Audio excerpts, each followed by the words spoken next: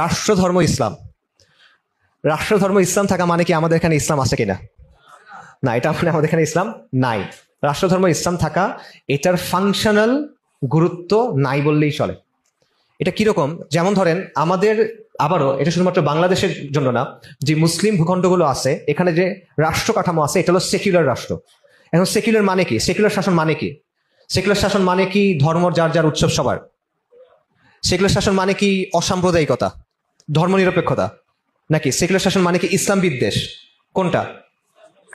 এটার একটাও না আসলে। সেকুলার শাসনের একদম বাস্তব মানে হলো যে এখানে গায়রুল্লাহর আইন দিয়ে শাসন হয়।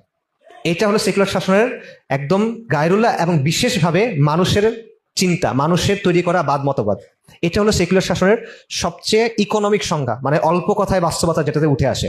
সেকুলার শাসন হলো ওই শাসন ব্যবস্থা যেখানে মানুষ তার যুক্তি দিয়ে, বুদ্ধি দিয়ে, খেয়াল খুশি দিয়ে কিছু বাদ মতবাদ তৈরি করছে, তন্ত্রমন্ত্র তৈরি করছে, সেগুলো দিয়ে সে শাসন করবে, এবং এখানে আল্লাহর ওয়াহির, নবী সাল্লাল্লাহু আলাইহি সাল্লামের কথার কোনো মূল্য নাই। এটা হলো সেকুলার শাসন। তো এইটা হলো আপনার শাসন ব্যবস্থা। এই আইনে একটা দেশ চলে।